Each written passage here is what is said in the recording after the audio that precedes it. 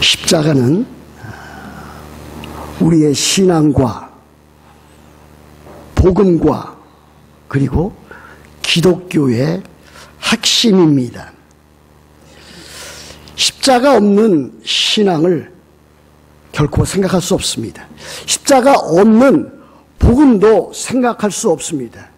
십자가 없는 기독교도 생각할 수가 없습니다.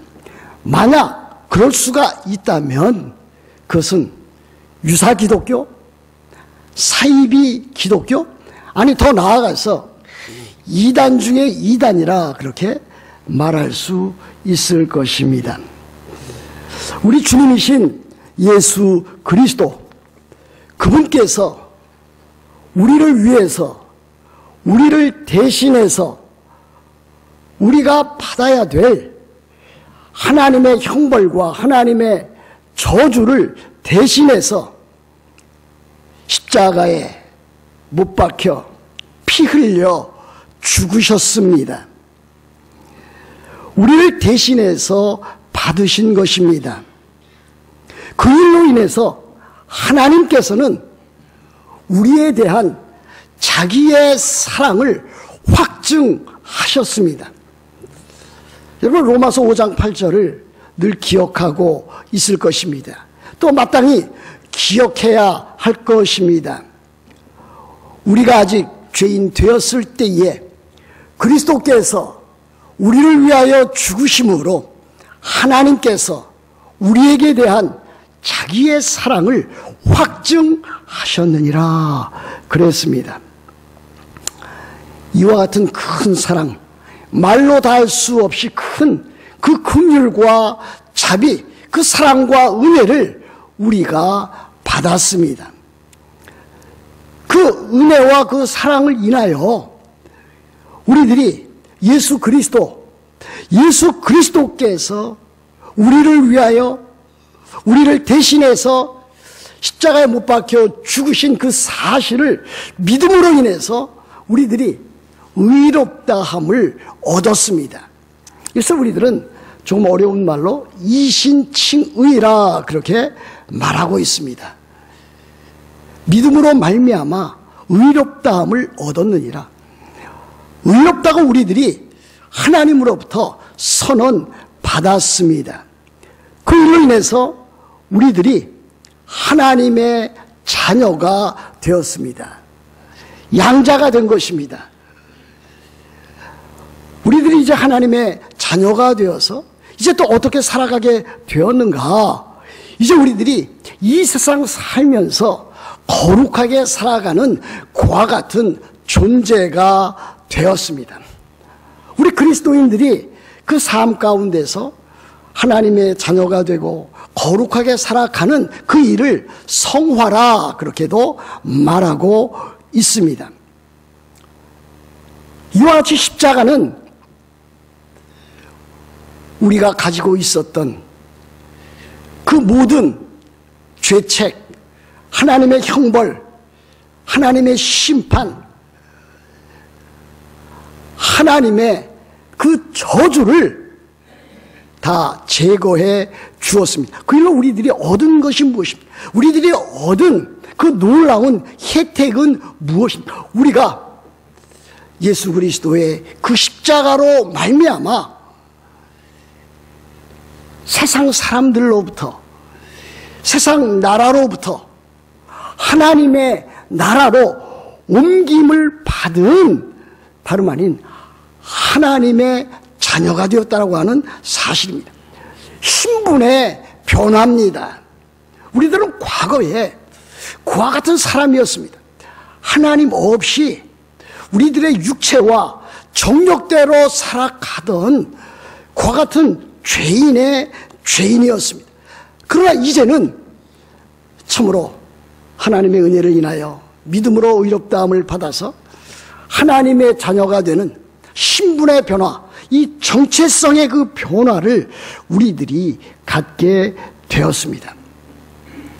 그뿐만이 아닙니다. 우리들이 살아가는 동안에 우리들은 육신을 가지고 있습니다. 죄 있는 육신의 모양으로 우리들은 살아갑니다. 우리들이 하나님의 자녀가 되었고 하나님의 백성이 되었지만 우리들은 여전히 우리들 안에 있는 참으로 죄의 그 부패한 본성을 여전히 가지고 있다라고 하는 사실입니다. 우리들은 죄성을 가지고 있습니다. 육신, 이 플래시를 내추럴 그 씬을 우리들이 가지고 있습니다. 그러므로 우리들은 이와 같은 일들과 날마다 싸우며 나가야 됩니다. 물론 우리 주 예수 그리스도께서 십자가에 못 박혀 죽으셨을 때는 이와 같은 죄책과 더불어서 우리들이 갖고 있는 이와 같은 타락한 본성, 이 죄성도 다 해결해 주신 것입니다. 그러나 우리들이 살아나가는 동안에는 우리들의 목숨이 있는 이상 우리 주님 다시 오실 때까지, 그때까지 우리들은 이 죄와 이 죄의 그 본성, 죄성과 싸워 나가야 되는 그와 같은 존재입니다. 그럼에도 불구하고 우리들은 이와 같은 타락한 본성과 싸워서 이겨나갈 수가 있습니다. 죄의 그 부패, 오염된 그 일들, 그와 같은 것과 싸워서 이겨나갈 수 있습니다. 오늘 우리 찬송한 것처럼 우리는 하나님의 은혜에 의해서 구원을 받았기 때문에 하나님의 은혜로 살아갈 때에 이와 같은 죄의 부패와 더러움으로부터 우리들은 이겨나가고 거룩한 삶을 살아갈 수가 있습니다. 우리들은 성령의 의지에서 성령의 내주와 성령의 임재와 성령의 다스림과 성령의 충만을 통해서 이 죄와의 싸움 가운데서 우리들은 승리해 나가고 우리들은 거룩한 삶을 살아갈 수가 있습니다. 믿음이 세상을 이기기 때문에, 온 세상을 이기기 때문에 우리들이 믿음을 가지고 살아나가면 우리들은 죄와의 싸움에서, 불의와의 싸움에서, 마귀와의 싸움에서 이겨나갈 수가 있습니다. 이것이 우리 그리스도인의 삶입니다.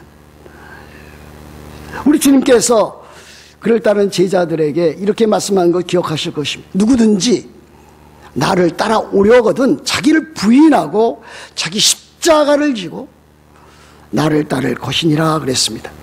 우리가 예수 그리스도의 제자라면 우리들 자신을 부인하고 우리들 자신에게 주어진 자기 자신의 십자가를 우리들이 지어 나가면서 우리들은 더 나아가 주님의 그 거룩한 길로 거룩한 삶을 우리들이 살아가야 합니다. 어떤 한 분 오셨는데 문을 좀 열어주시면 좋겠습니다. 이 일이 우리 그리스도인들이 걸어가야 하는 다름 아닌 십자가의 길입니다. 여러분, 우리들은 구약 성경과 신약 성경으로 되어 있는 성경책을 우리들은 읽어나가고 있습니다. 또 배워나가고 있습니다. 이 구약 성경과 신약 성경 전체에 핵심되는 한 인물, 그 캐릭터를 우리들이 참으로 선정할 수 있다면 그분은 다름 아닌 우리의 주님이시며 우리의 구주가 되시며 하나님의 아들이신 예수 그리스도가 될 것입니다. 그러나 또 한편 구약 성경 전체와 신약 성경 전체를 관통하는 이 예수 그리스도 그 복음의 핵심을 들라고 하면 역시 우리들은 십자가를 들지 아니할 수가 없을 것입니다. 그러면 우리들은 성경을 읽어나가면서 항상 성경에서 말하는, 구약 성경에서 말하는, 신약 성경에서 말하는 예수 그리스도, 그분이 누구신가? 성경에서 증거해주고 증언해주시는 예수 그리스도, 그분이 누구신가? 또 그분을 통해서 우리들에게 구원을 준 이 십자가의 도가 무엇인가? 우리들이 늘 발견해 나가기를 힘써야 될 것입니다. 저는 오늘 요한계시록 5장에 나타난 십자가, 곧 죽임을 당한 어린 양 예수 그리스도의 승리에 대해서 살펴보려고 합니다. 요한계시록은 참으로 우리들에게 많은 하나님의 그 진리를, 우리들이 반드시 알아야 할 진리를 우리들에게 보여주고 있습니다. 우리가 그리스도인으로서 이 세상 살아갈 때에 어떻게 우리들이 죄와 사망과 사탄의 권세로부터 이길 수 있을까? 그것은 참으로 예수 그리스도, 이미 이 세상에 오셔서 우리를 대신해서 우리를 위해서 십자가에 못 박혀 죽으신 예수 그리스도, 또 영광 가운데 다시 오실 예수 그리스도, 이 예수 그리스도의 영원하고 궁극적인 그와 같은 승리에 대해서 우리들에게 보여주고 있습니다. 여러분에게 말씀드린 바 있습니다. History is His story. 역사, 히스토리라고 하는 것은 His, 그분의 스토리, 그분의 이야기다. 그분은 누구를 가리키는 것입니까? 예수 그리스도를 가리킵니다. 십자가에서 피 흘려 죽으시고 다시 사신 예수 그리스도, 그분의 이야기가 역사에, 이 지상 모든 역사에 가장 중요한 흐름이요 핵심이라고 아니할 수 없습니다. 그러므로 우리 그리스도인이 이와 같은 역사, 이 구원의 역사에 대해서 참으로 큰 관심을 가지고 우리들은 살아가야 될 것입니다. 많은 사람들이 요한계시록을 읽어나가고 공부해 나가면서 저도 참 그와 같은 일에 너무나 큰 관심을 두고 요한계시록을 읽고 또 공부하고 연구했습니다만은, 항상 요한계시록을 볼 때에 자칫 잘못하면 어떤 함정에 빠지는 그와 같은 일은 예수님의 재림이 언제 이루어질 것인가, 꼭 집어서 이것이 어떠한 과정을 거쳐서 이루어질 것인가, 거기에만 중점을 두는, 방점을 두는 그와 같은 약점을 우리들이 보일 때가 있습니다. 그러나 그것은 요한계시록을 읽을 때 또 공부할 때에 우리들이 잘못 빠지기 쉬운 그와 같은 일이 됩니다.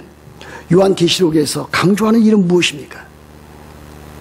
하나님이 보내신 그의 아들 예수 그리스도, 그분을 통해서 이루어 놓으신 그 구원의 큰 일, 그리고 그분이 완성하실 그 재림, 그것이 참으로 영원한 승리가 되는 것을 보여주고 있는 것이고, 그와 같은 일들이 하나님의 승리요 예수 그리스도의 승리일 뿐만이 아니라 하나님과 예수 그리스도를 믿는 우리 성도들의 궁극적인 승리라고 하는 사실입니다. 여러분, 우리 주님이 다시 오실 때까지 이 세상에는 많은 시련과 역경과 질병과 사고가 이어질 것임에 틀림이 없습니다. 제가 확실히 여러분들에게 말씀을 드릴 수 있습니다. 그 같은 일들은 안 믿는 불신자들 뿐만이 아니라 우리 믿는 사람들도 역시 그 가운데 놓여져 있습니다. 이런 예를 들어서 좀 죄송합니다만은, 지난 주간에 우리 김정근 목사님 또 사모님 여러 가지 어려운 일들을 많이 겪지 않았습니까? 우리 목사님은 교통사고를 만나서 참으로 육체적인 또 심적인 많은 어려움을 겪었습니다. 지난 주일에 할 수 없이 너무 몸이 아픈 관계로 주일 예배에 참석하지 못했습니다. 사모님은 또 어떠했습니까? 치과 치료를 받다가 마취가 잘못되어서 그 일로 인해서 ER 응급실에 실려 들어가는 그와 같은 일들도 겪고 또 일주일 내내 참 어려움과 고통을 당했습니다. 여러분, 그리스도인들도 이 세상 살아가면서 자기 육체에 또는 마음에 또 가정에 또 비즈니스에 또 여러 가지 관계 가운데서 어려움을 겪게 되는 것 사실입니다. 그러나 우리 그리스도인들이 이 세상 살면서 그와 같은 일들을 겪지만은, 그럼에도 불구하고 우리 그리스도인들에게는 최후의 승리가 참으로 보장되어져 있다. 우리들이 이 세상에서 여러 가지 영적인 전투와 여러 가지 영적인 씨름 가운데 그것을 싸워나가야 되지만은, 그 전쟁, 그 세상과 불의와 또 마귀와 악한 영들과의 싸움의 최후 승리는 다름 아닌 우리들에게 주어져 있다라고 하는 사실입니다. 그와 같은 것을 우리들이 어떻게 알게 되는 것입니까? 바로 십자가를 통해서, 또 십자가에서 죽으시고 사흘 만에 부활하신 바로 우리 주 예수 그리스도의 부활로, 십자가와 부활을 통해서, 또 다시 오실 우리 주님의 재림을 통해서 우리들은 참으로 우리들의 그 모든 전쟁 가운데서 최종적으로 승리할 수 있다라고 하는 확신을 가지고 있습니다. 그 확신을 가지고 우리들이 오늘도 이와 같은 참으로 때에 따라서는 힘에 버거운 그와 같은 삶을 사는 것도 사실입니다. 저는 오늘 요한계시록 5장 전장을 읽었습니다. 설교할 본문에는 참으로 너무 긴 그와 같은 본문이라 생각할 것입니다. 저는 이 본문을 다 여러분들에게 참 가르치거나 해석하려고 하지 않습니다. 그것을 다 하려면은 많은 시간이 소요될 것입니다. 이 짧은 설교 시간에 이 모든 것을 여러분들에게 다 알릴 수가 없습니다. 할 능력이 없어서가 아니라 제한된 시간 가운데서 중요한 사실을 여러분들에게 말씀을 드리기를 원하는 것입니다. 5장에 나타난 예수 그리스도, 그분은 우리를 위할 뿐 아니라 우리를 대신한 죽임을 당하신 어린 양, 그 영광을, 예수 그리스도의 그 영광을 보여주고 있고, 그 예수 그리스도에게 우리 하나님의 백성들이 찬송과 존귀와 영광을 돌려드려야 되는 그와 같은 삶을 살아가야 된다고 하는 것을 보여주고 있습니다. 요한계시록 5장 1절에 보면 이와 같은 말씀 있지 않습니까? 내가 보매, 이것은 나라고 하는 것은 사도 요한을 가리킵니다. 보좌에 앉으신 이의 오른손에, 보좌에 앉으신 분은 성부 하나님을 가리킵니다. 보좌에 앉으신 이의 오른손에 두루마리가 있으니 안팎으로 썼고 7인으로 봉하였더라. 거기 두루마리가 있다 그랬습니다.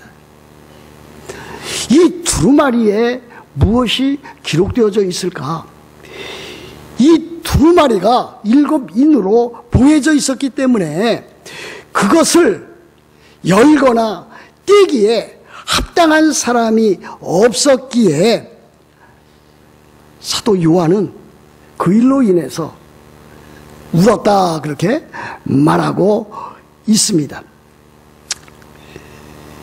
4절 보시면 그 두루마리를 펴거나 보거나 하기에 합당한 자가 보이지 아니하기로 내가 크게 울었더니 그랬습니다.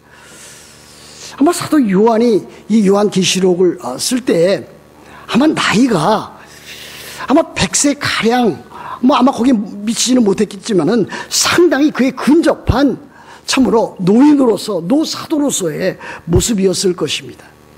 그가 환상 가운데 이와 같은 것을 보고 스크롤, 그 책, 그 두루마리를 떼거나 그와 같은 사람이 없는 것을 보고 크게 울었다. 참으로 비통한 눈물을 흘리는 그와 같은 사도 요한의 모습을 볼 수가 있습니다. 참으로 안타깝지 않습니까? 그런데 장로 중 하나가 사도 요한에게 울지 말라 그렇게 권면을 합니다. 그러면서 그 24장로 가운데 한 사람이 이렇게 사도 요한에게 말을 전합니다. 유대 지파의 사자 다윗의 뿌리가 이겼으니 그 두루마리와 그 7인을 떼시리라 하더라 그랬습니다. 유대 지파의 사자 다윗의 뿌리가 이겼는데 바로 그분이, 그 사람이 바로 이 보여져 있는 이 두루마리를 뗄 것이다 라고 하는 것을 보여주고 있습니다. 그분이 누굽니까? 그분이 바로 예수 그리스도가 되십니다. 예수 그리스도를 바로 그 장로 중에 한 사람이 세례 요한에게 무엇이라고 말하고 있습니까? 유대 지파의 사자 다윗의 뿌리라 그랬습니다. 다윗의 뿌리, 메시아가 다윗의 씨로부터 나온다라고 하는 것은 이스라엘 백성이라면 누구든지 다 그것을 알고 있었고 그것을 기대하고 있었습니다. 그런데 거기 보시면 유대 지파의 사자라 그랬습니다. 이 사자가 어떠한 사자입니까?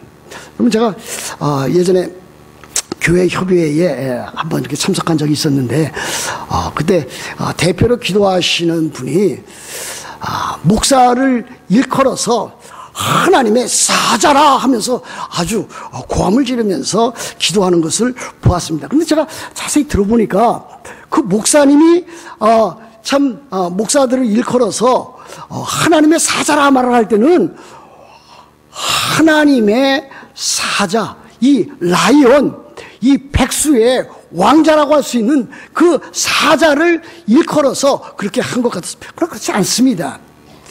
목사를 일컬어서 하나님의 사자라 그랬을 때는 그 라이온으로서 사자가 아니라 어떤 사자입니까? 메신저로서 사자 아닙니까? 심부름꾼입니다. 전령입니다. 하나님의 말씀을 잘 대언하고 가르치는 그와 같은 하나님의 명을 받아서 그것을 잘 전달해 나가는 그와 같은 자, 메신저로서, 전령으로서, 전달자로서의 사자를 말하고 있는 것입니다. 그래서 이 목사님도 크게 실수를 했구나, 제가 기도를 들으면서 그렇게 생각한 적이 있었습니다. 여기에 사자는 어떠한 사자입니까? 여기 사자는 라이온입니다. 짐승들의, 참으로 모든 동물의 왕자라고 할 수 있는 참으로 그 사자를 가리킵니다. 예수 그리스도를 가리켜서 유대 지파의 사자라 그랬습니다. 사자는 얼마나 용맹스럽습니까? 여러분, 동물의 왕국 보십니까? 저도 가끔 봅니다. 너무 흥미스럽습니다. 사자가 때에 따라서는 악어와 싸우는 그 같은 장면도 보았습니다. 사자가 얼룩말을 쫓아가면서 맨 뒷공문에 있는 얼룩말을 잡아서 참으로 죽이고, 또 여러 명의 사자들이 참으로 그 얼룩말을 이렇게 먹잇감으로 삼는 그와 같은 모습도 보았습니다. 사자는 다름 아닌 그 용맹과 또 힘과 그 영광을 그렇게 보여주고 있습니다. 예수 그리스도를 걸어서 유대 지파의 사자라고 했고, 다윗의 씨, 다윗의 뿌리라고 그렇게 말을 하고 있습니다. 그런데 사도 요한이 그 메시지를 들은 후에 본 것은 놀랍게도 어린 양이었습니다. 6절에 그렇게 되어 있지 않습니까? 또 내가 보니 보좌와 네 생물과 장로들 사이에 한 어린 양이 서 있는데 일찍이 죽임을 당한 것 같더라 그랬습니다. 예수 그리스도는 이와 같은 그 양면성을 가지고 있습니다. 유대의 사자와 같은 그 용맹성도 가지고 있고, 참으로 죽임을 당한 어린 양과 같은, 참으로 도수장에 끌려가는 그와 같은 여린, 어쩔 수 없는 그와 같은 하나님의 뜻에 순종해서 참으로 십자가의 길을 향해서 묵묵히 걸어가시는 우리 주님의 모습을 볼 수가 있습니다. 여하튼 이 두 가지 대조적인 모습을 통해서 예수 그리스도에 대해서 참으로 하나님의 계시를 나타내 보여주고 있습니다. 특별히 예수 그리스도의 그 어린 양으로 표현되는 이것을 통해서 우리들은 무엇을 알 수 있는 것입니까? 예수 그리스도는 십자가에서 하나님의 어린 양으로서 피 흘려 죽으셨습니다. 사람들이 볼 때 그것은 반드시 실패였습니다. 인생 실패작이었습니다. 또 다른 모습으로 볼 때에 나무에 달린 자마다 저주를 받은 자라고 했기 때문에 십자가에 못 박혀 죽으시는 그 모습은 율법의 저주를 받은, 하나님의 저주를 받은 패배자로서의 모습이었습니다. 그러나 우리 주님의 그 십자가 위에서, 그 나무 위에서 피 흘려 죽으신 것은 다름 아닌 실패를 통한 승리, 저주를 통한 영광이 거기에 담겨져 있습니다. 예수 그리스도께서 피 흘려 죽으심으로 어떠한 일이 일어난 것입니까? 우리들이 받아야 될 하나님의 저주와 하나님의 심판과 그 율법의 그 저주를 우리 주님께서 다 대신 담당하심으로 예수 그리스도에게 실패로 보였지만 그 일로 인해서 예수 그리스도는 우리들에게 죄에 대한 승리를 주신 것입니다. 죄에 대한 형벌을 우리로 하여금 제거시켜 주신 것입니다. 그러므로 예수 그리스도의 십자가와 예수 그리스도의 죽으심은 그 가운데 실패 같으나 성공이요, 저주 같으나 참으로 영광이 거기에 담겨져 있다고 하겠습니다. 여러분, 세상 사람들은 그들의 승리는 무엇에 달려 있습니까? 여러분 잘 보시면은 돈 있는 사람, 권력이 있는 사람, 군사력을 갖고 있는 나라, 이와 같은 사람들이나 나라가 참으로 강자로서 또는 강대국으로서 군림하는 것 아니겠습니까? 그러나 우리 주님의 승리는 세상 나라와 같지 않습니다. 우리들의 승리도 그럴 것입니다. 영적인 승리입니다. 치욕과 저주를 통한 십자가의 승리, 바로 그것을 통해서 우리가 참으로 죄사함을 받고 하나님의 자녀가 되었다라고 하는 것을 보여줍니다. 9절과 10절을 보십시오. 이렇게 되어 있습니다. 그들이 그랬습니다. 그들이라고 하는 것은 네 생물과 24 장로들을 가리킵니다. 네 생물은 우리들이 살펴볼 때에 천사들을 포함하는 천 피조물들, 그 천 피조물들의 그와 같은 대표를 우리는 네 생물이라 그렇게 참 상징한다고 볼 수가 있습니다. 또 24 장로는 무엇입니까? 구약의 12지파, 구약의 그 성도들, 구약 교회들, 그리고 신약의 예수 그리스도의 12 제자들. 그러므로 이 24 장로들은 구약 교회와 신약 교회의 그 대표들을 상징한다고 볼 수가 있습니다. 여하튼 그들이 예수 그리스도에 대해서 새 노래를 불렀다 그랬습니다. 그들이 새 노래를 불러 이르되 그랬습니다. 두루마리를 가지시고 그 인봉을 떼시기에 합당하시도다. 일찍이 죽임을 당하사 각 족속과 방언과 백성과 나라 가운데서 사람들을 피로 사서 하나님께 드리시고 그들로 우리 하나님 앞에서 나라와 제사장들을 삼으셨으니 그들이 땅에서 왕노릇 하리로다 그랬습니다. 예수 그리스도께서 우리를 대신해서 대신 그 모든 형벌을 받으심으로 우리를 죄 가운데서 건져 주셨다. 우리로 하여금 예수님의 그 죽으심을 통해서 우리가 제사장들이 되게 하셨다 그랬습니다. 그렇게 되지 않습니까? 그들로 우리 하나님 앞에서 나라와 제사장들, 우리로 하여금 하나님 나라의 백성을 삼으시고 우리로 하여금 참으로 왕 같은 제사장으로서 이 세상을 살게 하셨다 그랬습니다. 그래서 그들이 우리 하나님 나라의 백성들이 이 땅에서 왕노릇 하리로다. 그러면 우리 그리스도인들은 참 사람이 볼 때에 초라할지 모르겠습니다. 가진 것이 없는지 모르겠습니다. 인간적으로 어떤 많은 업적을 남기지 못하는 자로 그렇게 여겨질지도 모르겠습니다. 그러나 하나님이 보실 때에 우리들의 개인 생활, 경건 생활과 가정 생활과 일과 모든 생활에서 왕노릇하게 하시는 그와 같은 자격 있는 자로 삼으셨다라고 하는 것을 보여주고 있습니다. 그러면 우리들은 이 세상 살면서 주눅 들으면서 살아가지 말아야 됩니다. 물론 성격이 내성적인 사람이 있고 성격이 소극적인 사람이 있는 것 저도 알고 있습니다. 그러나 우리 그리스도인의 신분이 다름 아닌 하나님께서 예수 그리스도의 피로 우리 자신을 참으로 나라, 하나님 나라의 백성과 참으로 왕 같은 제사장들로 삼았기 때문에 우리는 믿음으로, 은혜로, 성령으로 확신과 능력을 가지고 왕같이 우리들이 이 세상을 살아가야 된다라고 하는 것을 보여주고 있는 것 아니겠습니까?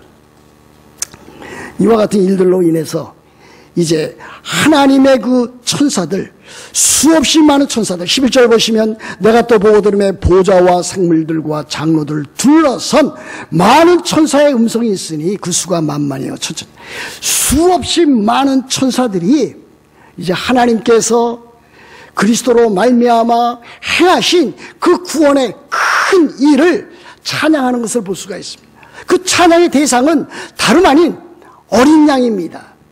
하나님의 어린 양, 이렇게 찬양하고 있지 않습니까? 12절 보시면 죽임을 당하신 어린 양은 능력과 부와 지혜와 힘과 존귀와 영광과 찬송을 받으시기에 합당하도다 그랬습니다. 여러분 보세요.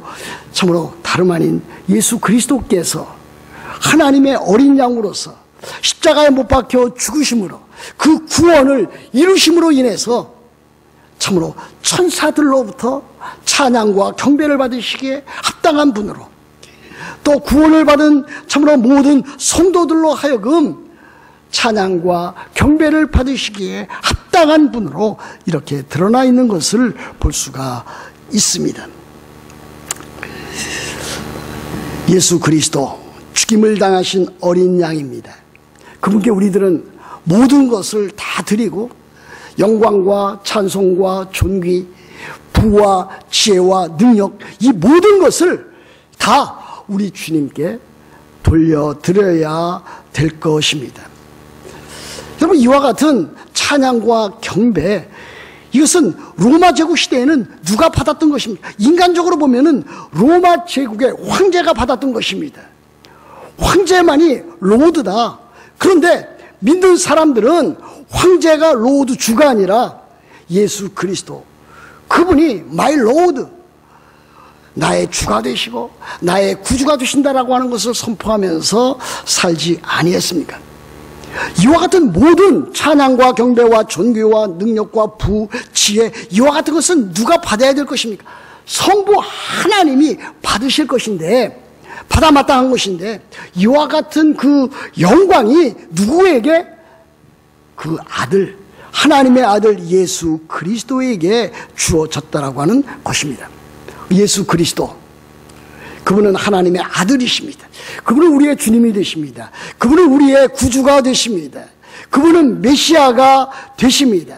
그분은 하나님의 아들 예수 그리스도로서 참 하나님이 되시기 때문에 하나님이 받으시는 그 영광과 존귀 권세를 다 받으시기에 합당한 분이십니다. 하늘에 있는 모든 천사들이 그렇게 우리 주님에 대해서, 죽임을 당하신 어린 양에 대해서 찬양과 경배를 돌려드렸다면, 모든 피조물들과 또 구약과 신약시대에 있던 모든 교회가 우리 주님께 여기 나타난 대로 찬송과 존귀와 영광과 권능을 돌려드려야 될 분으로 찬양을 했다면, 오늘을 사는 우리들도 역시 마찬가지로 우리들이 살아나가는 동안에 우리 주 예수 그리스도, 십자가에 피 흘려 죽으신 하나님의 그 어린 양, 일찍 죽임을 당하사 십자가에서 우리를 대신해서 피 흘려 죽으신 우리 주님을 그렇게 찬양하고 경배하고 따라가야 될 것입니다. 우리들의 생이 다하는 그날까지 순간순간마다 예수 그리스도께서 영광스럽게 다시 재림하시는 그날까지 우리들은 이 7가지 참으로 7중에 이와 같은 참으로 영광송을 우리들은 날마다 드려야 될 것입니다. 능력과 부와 지혜와 힘과 존귀와 영광과 찬송을 여러분들이 날마다 참으로 주님 오실 때까지 참으로 드려는 여러분들 다 되시기를 우리 주 예수 그리스도의 이름으로 축복합니다.